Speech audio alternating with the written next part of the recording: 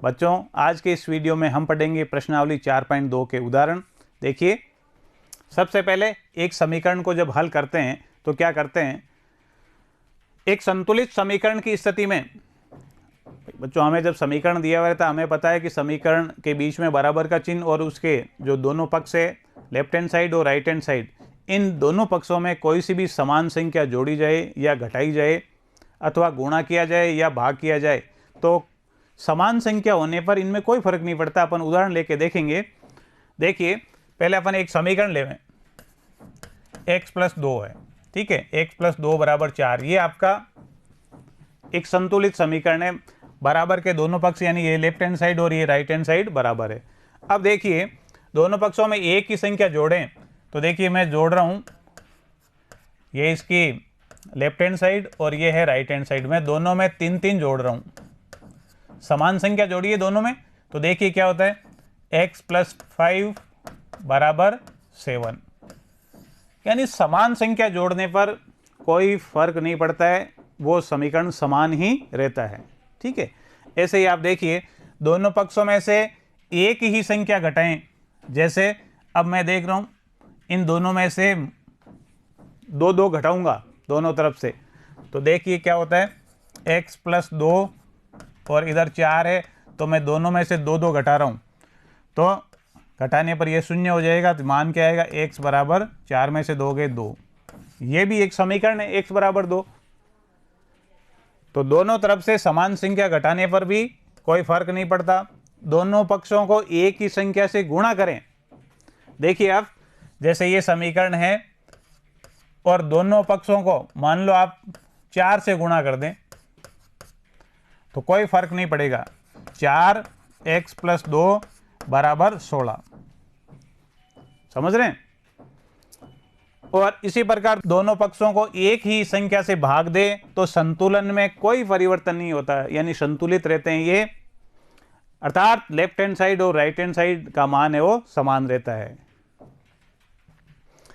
देखिए, समीकरणों को चरणबद्ध विधि से हल किया जा सकता है। हमें दोनों पक्षों में एक से अधिक गणितीय क्रियाएं करनी पड़ती है, यानी हो सकता है जोड़ना भी पड़े, घटाना भी पड़े, भाग देना भी पड़े। अपन एक प्रश्न लेके और उदाहरण के माध्यम से इसे समझेंगे। और जो अंतिम चरण है वो समीकरण का हल होता है। देखिए उदाहरण के माध्यम से, समीकरण 3n + 7 = 25। तो हमें क्या करना है इसमें कि सबसे पहले जो ये +7 का पद है इसे हटाना है। +7 कब हटेंगे, जब अपन दोनों तरफ दोनों पक्षों में यानी 7 घटा दें। देखिए, दोनों पक्षों में से यानी दाएं पक्ष और बाएं पक्ष में से 7 घटाने पर तो 3n + 7 ये लेफ्ट हैंड साइड है और 25 क्या है, राइट हैंड साइड है। इनमें से क्या क्या घटाना है, -7 -7। तो ये कैसे, तो भी ये बराबर रहेंगे। पूर्व में हमने पढ़ा है ना कि संतुलित समीकरण के लेफ्ट हैंड साइड और राइट हैंड साइड में से समान संख्या घटाने पर उनके संतुलन में कोई अंतर नहीं पड़ता, फर्क नहीं पड़ता, वो संतुलित ही रहते हैं, है ना। तो देखिए, +7 -7 से ये 0 हो जाएंगे, यहाँ बचेगा 3n, 25 में से 7 गए 18। ये प्रथम चरण है, ठीक है। अब आप देखिए, हमें तो केवल इस समीकरण का हल चाहिए, यानी समीकरण में चर क्या है, n, यानी n का मान चाहिए। जो n का मान होगा तभी तो समीकरण का हल आएगा। तो अब ये तो मान है 3n का, 3n का मान है, ये 3n का मान 18 है। तो क्या किया जाए कि n का मान प्राप्त हो जाए, तो अपन क्या करेंगे, 3n में अगर 3 का भाग दे देंगे, ध्यान दीजिए, 3n में 3 का भाग देंगे, 3 से 3 कट जाएगा, n का मान आ जाएगा। तो अपन क्या करें दूसरे चरण में कि दोनों पक्षों में 3 का भाग देने पर, 3 का भाग देने पर ये लीजिए, मैं 3 का भाग लेफ्ट हैंड साइड में और ऐसे ही राइट हैंड साइड में 3 का भाग। बच्चों हमने पढ़ा है ना, संतुलित समीकरण में समान संख्या से गुणा किया जाए या भाग दिया जाए या समान संख्या घटाई जाए तो समीकरण के संतुलन में कोई अंतर नहीं पड़ता है। देखिए सरल करने पर 3 से 3 कैंसिल और 18 में 3 का भाग 6 बार, तो n का मान आ गया 6। तो समीकरण का हल क्या है, n बराबर 6। ठीक है, देखिए अगला प्रश्न, 2p माइनस 1 बराबर 23 है ना। तो सबसे पहला काम क्या है, प्रथम चरण में अपन इस माइनस 1 को हटाएंगे, तो अपन क्या लिखेंगे, दोनों तरफ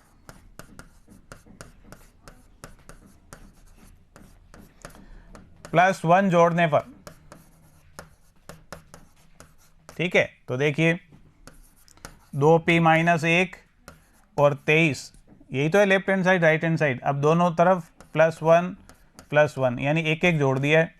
ठीक, जोड़ने पे क्या आएगा, देखिए ये तो शून्य हो गया, 2p बराबर 23 और 1 24।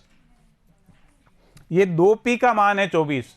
हमें इस समीकरण में जो चर है वो p है, p का मान चाहिए तभी तो हल आएगा।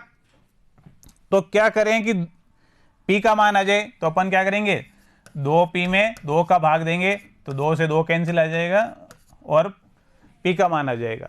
तो दूसरे चरण में ये लिखेंगे अपन, दोनों पक्षों में 2 का भाग देने पर।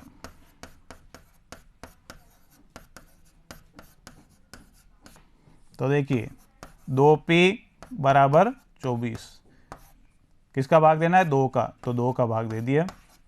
सरल करने पर p बराबर 24 में 2 का भाग 12। तो समीकरण का हल क्या आया, p का मान क्या है, p बराबर 12। यही समीकरण का हल है। बच्चों आज के वीडियो में इतना ही। घर पर निरंतर अभ्यास करते रहिए। धन्यवाद।